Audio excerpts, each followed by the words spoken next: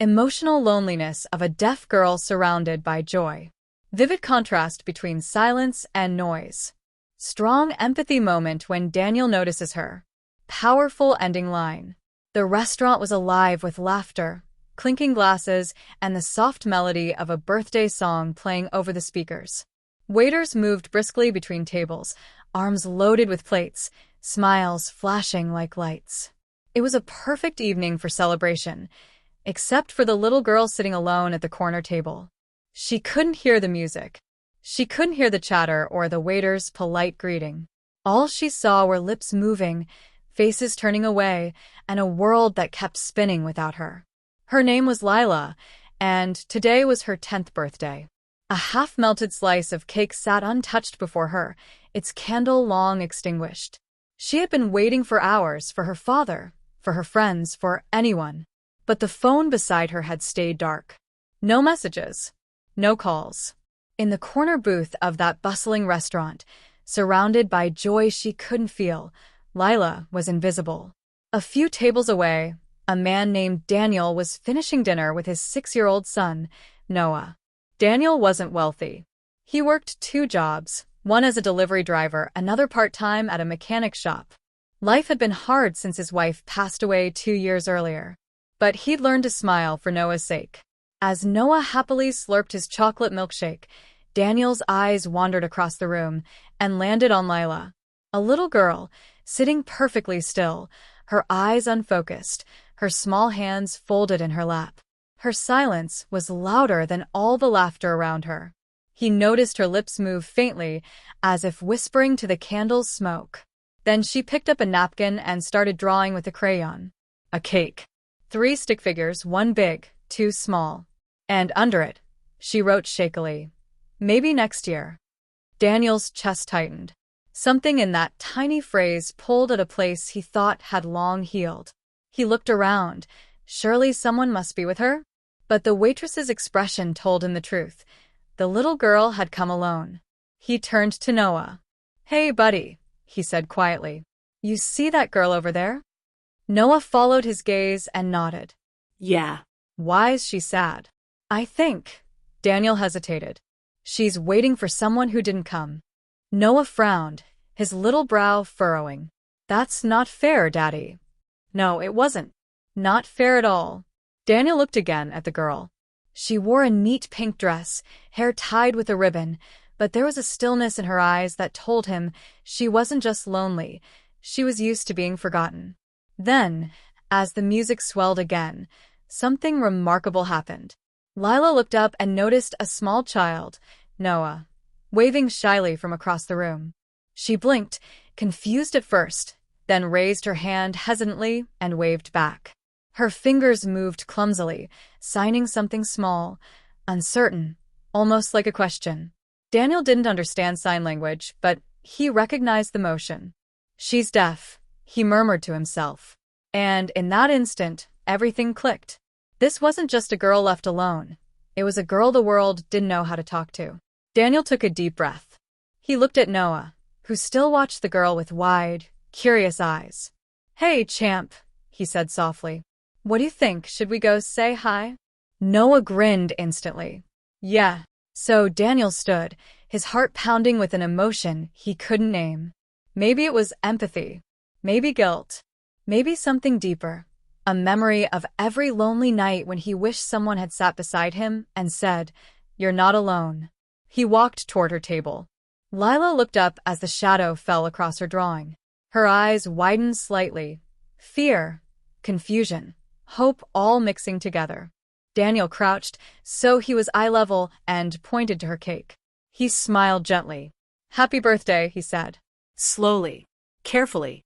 She tilted her head, studying his lips, catching the words piece by piece.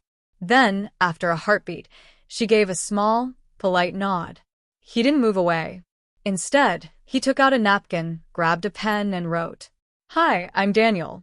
This is my son, Noah. Can we sit with you?" Lila stared at the note. Then, almost shyly, she smiled for the first time that night and nodded. And that's how it began. A simple act of kindness that would change all 3 of their lives forever. Emotional loneliness of a deaf girl surrounded by joy.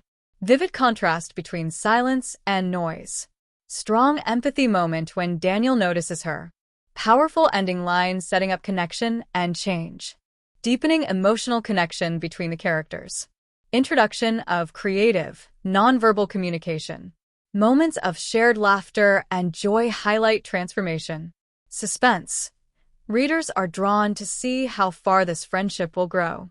Builds toward a pivotal, heartwarming climax. Lila's small hands hovered over the napkin, fingers trembling slightly.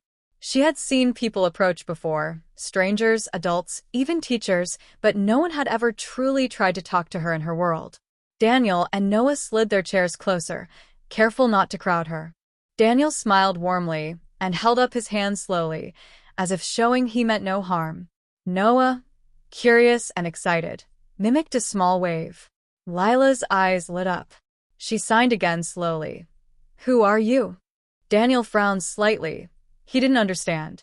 Then he remembered the pen and paper. He scribbled quickly. "I'm Daniel, and this is my son, Noah. What's your name?" She hesitated, then wrote carefully. "Lila." Noah leaned in, fascinated. "Lila, that's a cool name," he said, pointing to her drawing of the cake. "Did you make that?" She nodded shyly, then signed a question. Daniel paused, looked at Noah, and whispered, "She's asking if you like birthdays." Noah's face lit up. "I love birthdays. Especially cake." He gestured toward her plate. "Do you want some help eating it?" Lila blinked, then slowly smiled. She extended her hand, and Noah carefully took it, squeezing gently. Daniel watched quietly, heart swelling with a mixture of relief and joy. For the first time that night, Lila laughed, a soft, musical sound, half delight, half disbelief. It was as if she was testing the waters, realizing that not all people ignored her silence. Daniel leaned closer. "Would you like to play a game with us? We can, draw together." He pulled out a small notepad and colored pencils from his bag, something he always carried for Noah. Her eyes widened, sparkling with curiosity. She scribbled rapidly. "Yes." So they began. Lila drew, Noah drew. Daniel joined in, doodling rockets, stars, and stick figures. They pointed at each other's drawings, mimicked motions, and laughed when colors went outside the lines. The restaurant, once overwhelming, now felt smaller, quieter, as if their little bubble of connection had created its own world. Other patrons glanced at the corner table, noticing the unusual trio, an anxious single dad, his small son, and a quiet deaf girl, but no one interrupted. Daniel realized something remarkable. Communication didn't need words. Attention, patience, and genuine care were enough to bridge gaps that language could not. At one point, Lila signed something that Daniel didn't understand. She looked expectantly at him, then at Noah. Daniel hesitated, then pointed to his heart, and then to her. A slow understanding passed between them. She nodded vigorously. She understood. She had been seen. For the first time in a long time, Lila didn't feel invisible. She felt important, noticed, and included, and all because a single dad had walked over and chosen to stay. Daniel looked at Noah, who was grinning from ear to ear. "You see that, buddy? Sometimes, just showing up is all it takes." Noah nodded solemnly, then looked back at Lila. "You're my friend now," he said, signing clumsily with his tiny hands. Lila laughed again, signing back, "Friend." And in that simple exchange, a quiet birthday miracle began. Emotional climax. Father notices the moment, bridging distance. Birthday candle symbolizes release of loneliness. Daniel's role highlighted as catalyst for connection. Visual, cinematic scene, laughter, cake, candle, small gestures.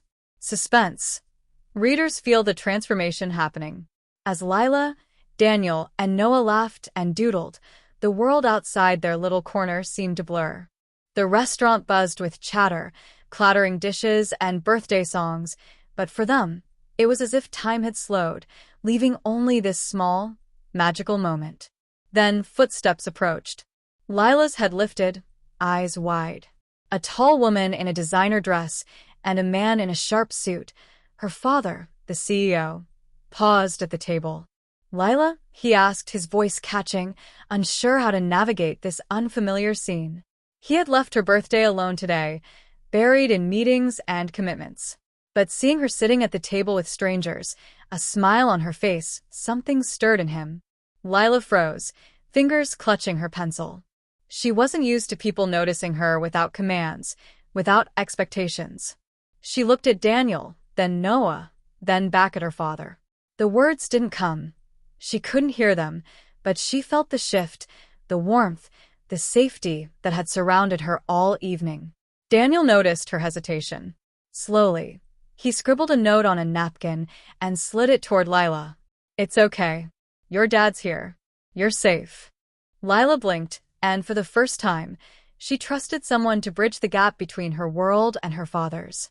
She signed back at Noah, who grinned and signed friend, and then gently slid her hand into her father's. The CEO's eyes welled up as he felt the small, trembling fingers of his daughter. For years, he had tried to understand her deafness, her quietness, her isolation. But in this single moment, with a stranger showing kindness and patience, he finally glimpsed her world. Daniel smiled softly, kneeling slightly, so he was at Lila's level. He didn't say anything, he didn't need to. His presence alone had shown both father and daughter the power of empathy. Lila pointed to her half-melted cake. Daniel took out a napkin and wrote, "Blow the candle, Lila. Make a wish." Her father hesitated, unsure if this would overwhelm her, but Lila's small hand squeezed his. Then, with a deep breath, she leaned forward and blew out the candle. The little flame flickered out, and with it, months of loneliness, frustration, and invisible tears. Cheers erupted from nearby tables, some curious, some touched by the scene. But for Lila, the sound was secondary. What mattered was that someone had shown up, someone who had chosen to see her.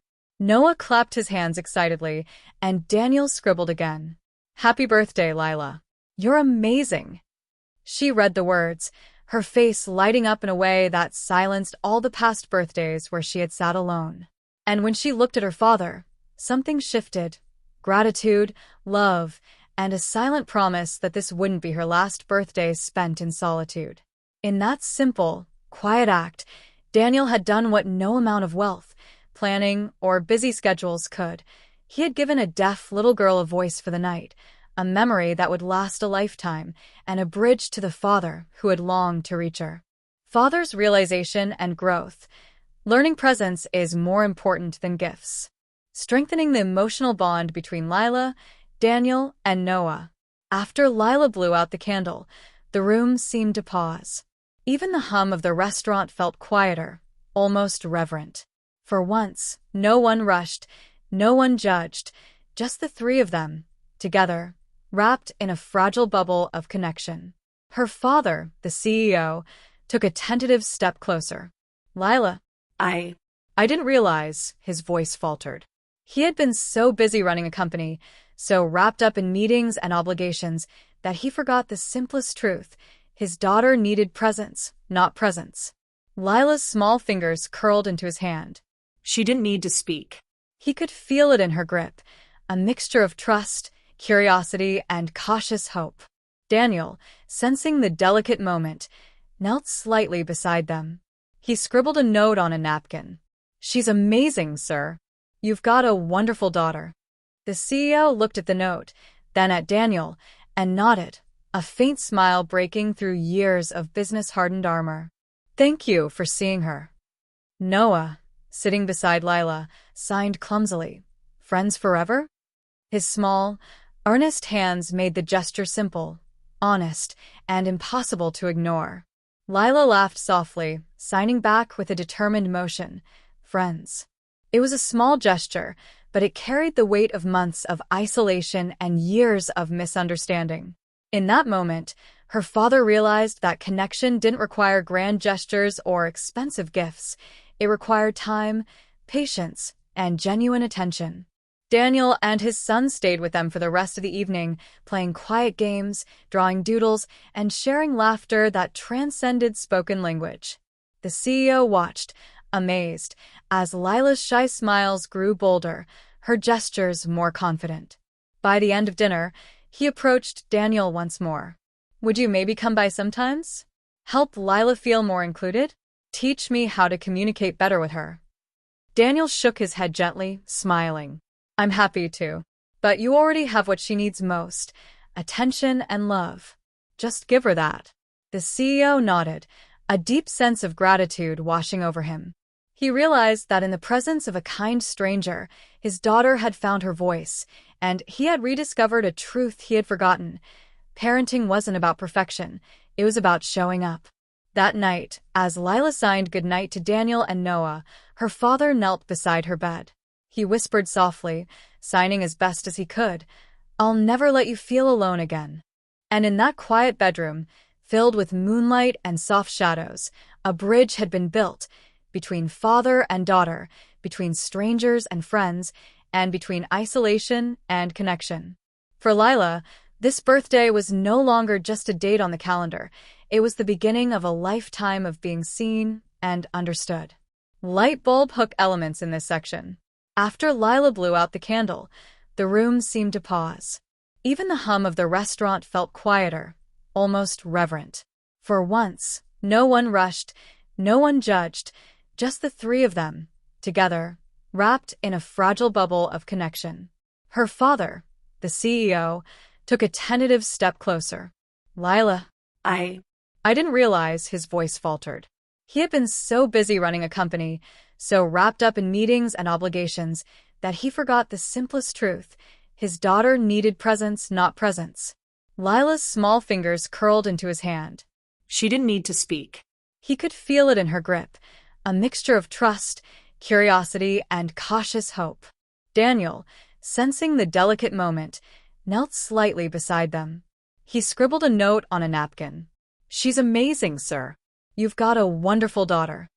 The CEO looked at the note, then at Daniel, and nodded, a faint smile breaking through years of business-hardened armor.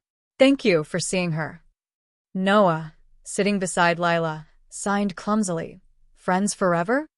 His small, earnest hands made the gesture simple, honest, and impossible to ignore. Lila laughed softly, signing back with a determined motion. Friends. It was a small gesture, but it carried the weight of months of isolation and years of misunderstanding. In that moment, her father realized that connection didn't require grand gestures or expensive gifts. It required time, patience, and genuine attention. Daniel and his son stayed with them for the rest of the evening, playing quiet games, drawing doodles, and sharing laughter that transcended spoken language. The CEO watched, amazed, as Lila's shy smiles grew bolder, her gestures more confident. By the end of dinner, he approached Daniel once more. Would you maybe come by sometimes? Help Lila feel more included? Teach me how to communicate better with her. Daniel shook his head gently, smiling. I'm happy to. But you already have what she needs most, attention and love. Just give her that. The CEO nodded, a deep sense of gratitude washing over him. He realized that in the presence of a kind stranger, his daughter had found her voice, and he had rediscovered a truth he had forgotten. Parenting wasn't about perfection, it was about showing up. That night, as Lila signed goodnight to Daniel and Noah, her father knelt beside her bed. He whispered softly, signing as best as he could, I'll never let you feel alone again. And in that quiet bedroom, filled with moonlight and soft shadows, a bridge had been built between father and daughter, between strangers and friends, and between isolation and connection. For Lila, this birthday was no longer just a date on the calendar. It was the beginning of a lifetime of being seen and understood. Emotional payoff. Lila's transformation from isolation to connection. Father's growth, learning to truly see and care for his daughter. Daniel's quiet heroism, presence and patience over grand gestures. Heartwarming ending, lasting friendships, life lessons, and empowerment. Cinematic visuals. Laughter, doodles, signing, and quiet. The restaurant lights dimmed slightly, signaling the end of the evening. Parents ushered their children out. Waiters cleared tables, and the soft hum of conversations returned. But at the corner table, something extraordinary had unfolded.